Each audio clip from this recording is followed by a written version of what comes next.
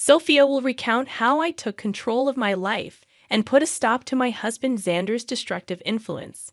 For privacy reasons, I'll be using pseudonyms. As a prominent lawyer in my state, anonymity is crucial for various reasons. Let's not delve into the intricacies of my and Xander's love story. We fell in love, got married, and eventually divorced. The love, it seemed, wasn't reciprocal, as Xander cheated on me. The signs were apparent: avoidance, excessive time outside, and frequent business trips, though I wasn't involved in his sizable business. Despite my success as a lawyer, Xander considered me a failure due to earning less than him. One day, during another one of his supposed business trips, I decided to investigate. I discovered a secret Facebook account on his old laptop, confirming my suspicions. He was cheating with a beautiful woman, someone he found more attractive than me, often criticizing my appearance. Heartbroken and angered, I confronted him immediately. "Sandra, are you cheating on me?" "I have proof," I declared.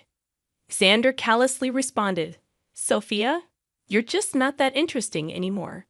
You're always engrossed in pointless cases, neglecting me. Besides, you're not a supermodel who can captivate me with looks alone." Confused, I retorted, "What are you talking about, Xander? I have a demanding job, and you knew that when we got married. I haven't neglected you. It's you who stopped coming home and refused to communicate." And that's how I discovered Xander's affair when I finally decided to confront him. I anticipated a degree of remorse from him, but the cold response I received caught me off guard. He shifted all the blame onto me, justifying his cheating, a claim that held no validity. Refusing to be falsely accused, I pointed out the flaws in his accusations. Instead of defending his position, he turned cold once more and nonchalantly revealed that he was relieved I had discovered his affair. In a chilling tone, Xander declared, "Good that you found out, Sophia. I no longer have to hide my beautiful girlfriend. She and I will have a perfect life together after I divorce your useless self. Finally, I will marry someone who's worthy of me and my name." His words hit me like a ton of bricks, sending a cold shiver down my spine. As he spoke of divorce, he not only insulted me but also asserted that I was not good enough for him. Accusing me of being a bad wife, he showed no remorse for his affair and even boasted about how a mistress would make a better spouse. Tears streamed down my face as he demeaned me, proclaiming his affair with pride.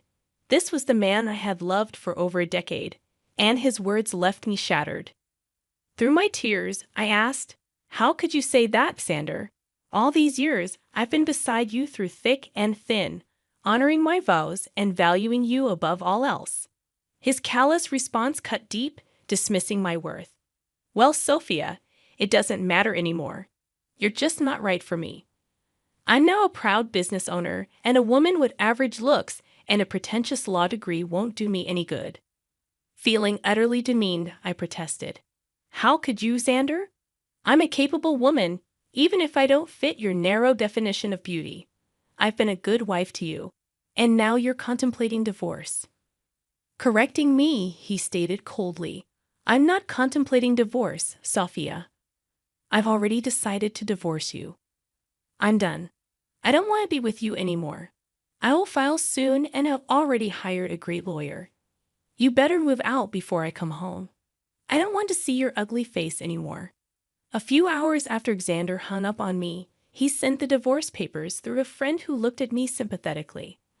I numbly accepted the papers, shut the door, and cried miserably, letting the reality of my wasted years with a horrible man sink in. However, I decided I wouldn't let this break me. I was a strong woman who would take control of her life and teach Xander a lesson. When Xander's friend delivered the papers, he mentioned that Xander had talked about drawing out the divorce. Initially puzzled, it dawned on me that we had a prenup. Xander had insisted that I was entitled to half of his business if he cheated, something I had overlooked in my emotional turmoil. It made sense why Xander wanted to prolong the divorce. He hoped I would give up my rightful share. Determined not to let go of what was rightfully mine, I immediately called his lawyer and set up an appointment. Within 2 days, I moved out of Xander's house and into my childhood home, which was in my name. I texted Xander that I had already moved my belongings, asserting, I took my ugly face and body out of your Dan house. Good that you've come to your senses and not making a fuss. Xander responded, boasting about his lawyer's reputation. But I calmly warned him, I won't give you my business, that's for sure. For now, you will stay away from me. Determined to uphold the prenup, I was ready to face whatever challenges lay ahead. I don't want to talk to you. You can only speak to me through my lawyers now, and I expect you to empty my house. Xander's words ignited a surge of boiling rage within me. It's astonishing how anger and hatred can fuel one's determination when faced with such utter contempt. My mind cleared, and I couldn't help but almost laugh at Xander's ignorance. He had no clue who he was up against.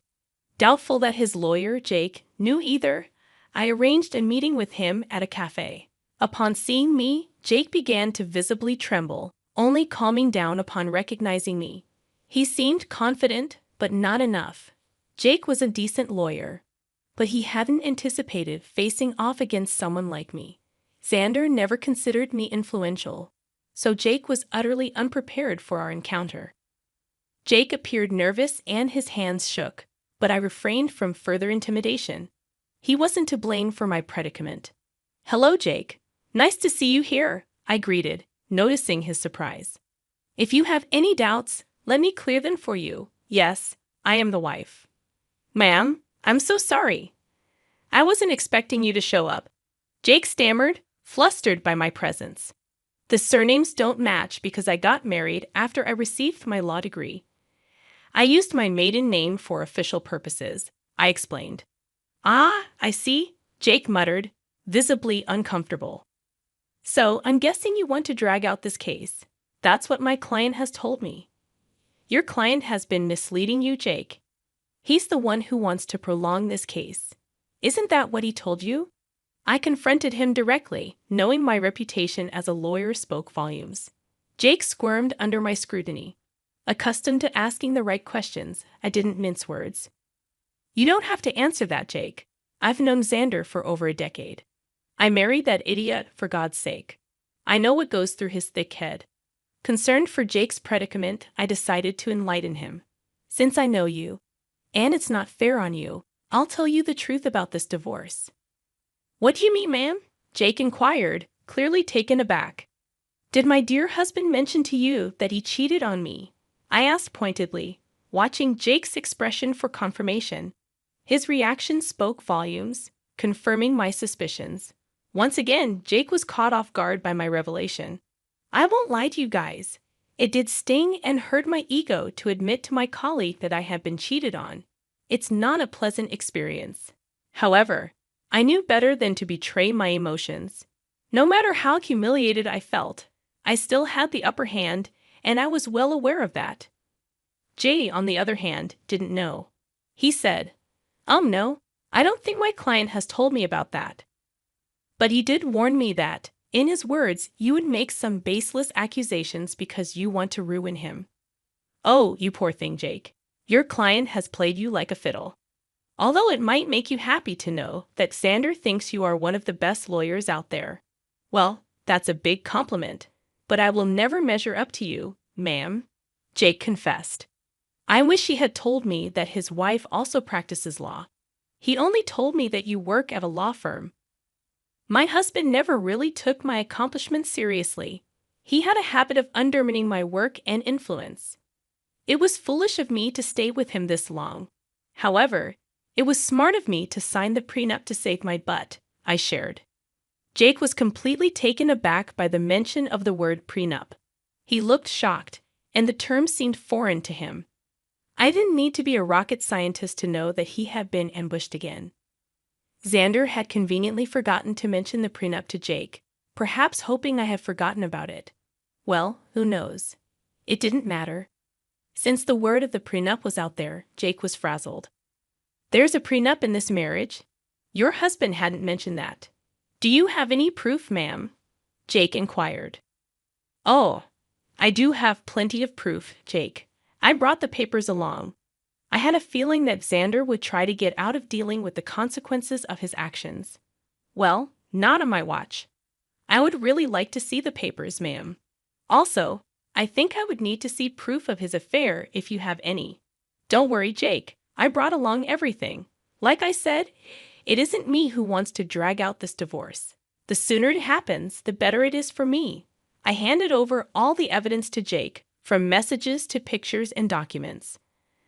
I had all the proof right in my handbag, casually giving them to Jake, knowing that the case would always go in my favor. Jake studied each and every document thoroughly before signing and looking rather defeated. He then looked at me and said, "I see that you have solid proof of everything, ma'am. I had no idea about all of these things. I figured that out, Jake. Also, I know how difficult it is to work with unreliable clients, especially when the opposite party has an equally strong lawyer for their case." "You're right about that, ma'am. I think that's all I needed to talk about today. I believe I need to have a serious conversation with my client before I decide to proceed with his case. I'm sure someone will contact you soon, although I can't say that it will be me." I could tell what Jake was hinting at but didn't comment on it. I thanked him for his time and proceeded to walk out of the cafe. I went straight to work and started to prepare my own documents for the divorce. All the lingering sadness was gone. Now, there was this rage within me that was driving me to make sure Xander suffered for what he had done, and I knew he had no way out of this mess he had created. It took Xander one day to get back to me. He called me on my number despite telling me not to contact him directly. It was funny but not surprising. I knew he would find himself in this situation. When I answered his call, he sounded very pissed off. "What the hell did you say to my lawyer, Sophia?" My, look who's calling after telling me to stay away.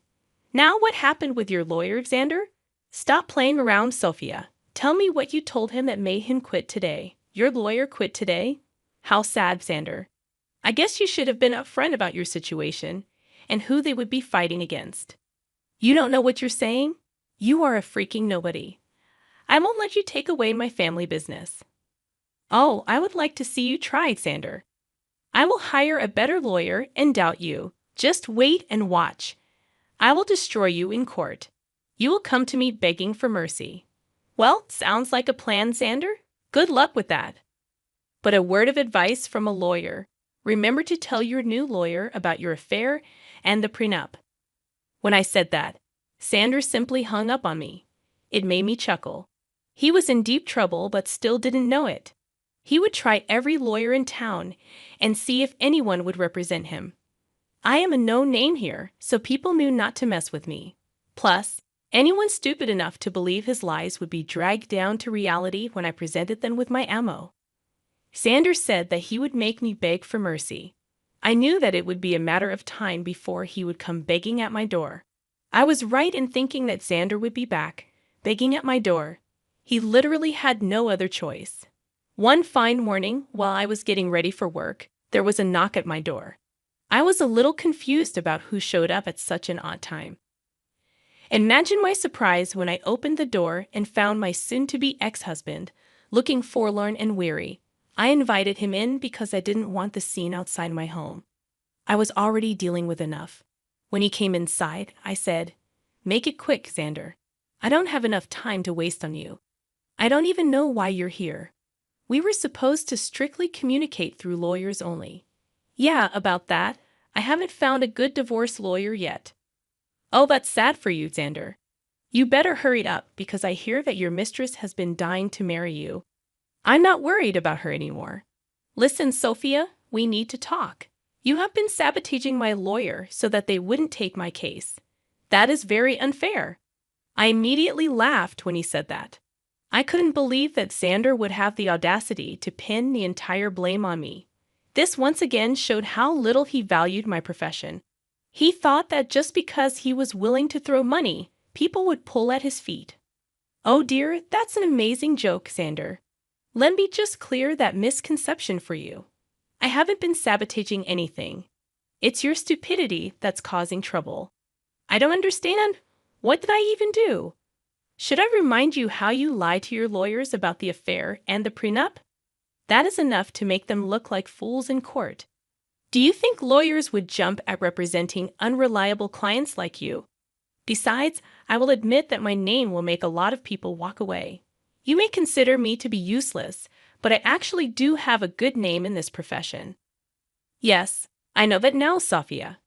I've tried being open with lawyers too, but none of them are willing to help me. That's what happens when you try to go against an ironclad prenup. You really should have thought your affair through, Xander. Not that it matters now. The damage is done. No sane lawyer would fight for your cause. You'll be giving me half of your business. Xander's facial expression said it all. He didn't want to lose his business. That's why he tried to pick a good lawyer and drag out the divorce.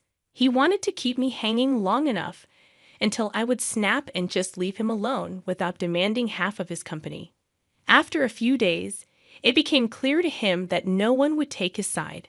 Hell, he was even finding it hard to find any lawyer who would go against me. So, he did what he thought was his last resort. He started to cry and beg.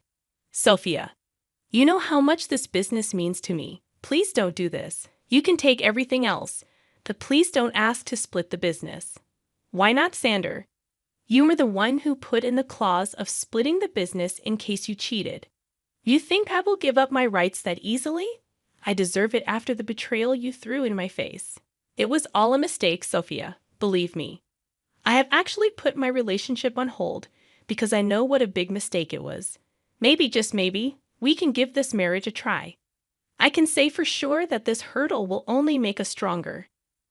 Xander's words made me laugh out loud again. The audacity of this man was unmatched by anyone I knew. I really didn't know what to say. He was actually asking to get back together, as if I would be stupid enough to do that. I did know that he had put a pause on his relationship with his mistress. The rumors were out that the mistress was not happy, and neither was Xander. But if he thinks this will make me go back to him, he is dead wrong. I already made the mistake of marrying a piece of and learned my lesson the hard way. Plus, I knew why he was suddenly desperate to get me back. You must be delusional for suggesting something like that, Xander. I didn't come this far in life by being utterly stupid. I know that you want to get back to me because you don't want to split your business. Sophia, we were happy together. Let's just look past this one time and restart our marriage. I will cut off my mistress. I swear there's no reason to do that, Xander. Believe me, that woman is going to start running once she finds out that you won't be very rich after the divorce. As for me, this is my golden chance to get out of this sham of a marriage.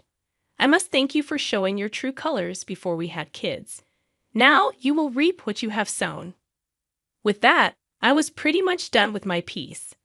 I immediately stopped talking while Xander kept begging and pleading with me not to take his business. It was a rather pathetic scene, but it didn't move me at all. Instead, it made me think of the times I went to bed crying because this piece of expletive I call my husband decided to betray me. Seeing Xander in a vulnerable place only gave me satisfaction and completed my revenge. Now, I simply needed a clean break to start fresh. Well, I definitely got more than what I had bargained for. Karma hit Xander hard and fast. He tried for weeks to change my mind and make me come back home. I turned a blind eye to everything simply because I wasn't interested in his drama. I was ready to move on. Since he had filed for divorce already, I hired someone from my firm to represent me. I'm not a divorce lawyer, so I couldn't do it myself. Besides, I wanted as minimum interaction with him as possible. After a month of trying to change my mind, he was forced to get a lawyer and ask for a clean break. He knew that if I took the case to court, he would only face humiliation and ultimately waste money on lawyers appointed by the court. So he receded and asked for a mutual split. The prenup made it super easy for me to get the divorce. Of course, I had plenty of proof to show everyone that Xander cheated. As per the prenup, he was supposed to give up half of his business to me. He wasn't happy. But there was no way out, so he signed over half of it to me. We did give him an offer to buy me out, but he had no money. Now, why would a big business owner like Xander have no money, you ask? Well, he had spent it all on his mistress, who is now not taking his calls or texts. I guess she figured out that he won't be rich anymore. But now, No one is willing to date her because they know what a gold digger she is. What goes around comes around, I guess. Well, the mistress was the least of Xander's troubles. With half of his business gone, his earnings were severely reduced. He had to sell his house because he didn't have much money to maintain it or even pay the mortgage properly. He's currently renting a condo that is a serious downgrade from the big mansion he stayed at. He did try to get back with me again in the hopes of regaining full control of his business. Well, safe to say that is never happening. He now either has to continue the way it is or manage to save enough money to buy me out. If you want to know about me, I'm actually doing pretty well. I have appointed someone to take care of my share of Xander's business, and so far, things have been amazing. I ended up upgrading my lifestyle by buying a new mansion due to my combined income from law practice and business. Things are going well. I'm living my best life, and I honestly couldn't be happier. All in all, the divorce played out well for me. Instead of getting played by my ex-husband and his mistress, I ended up ruining their lives and bettering mine.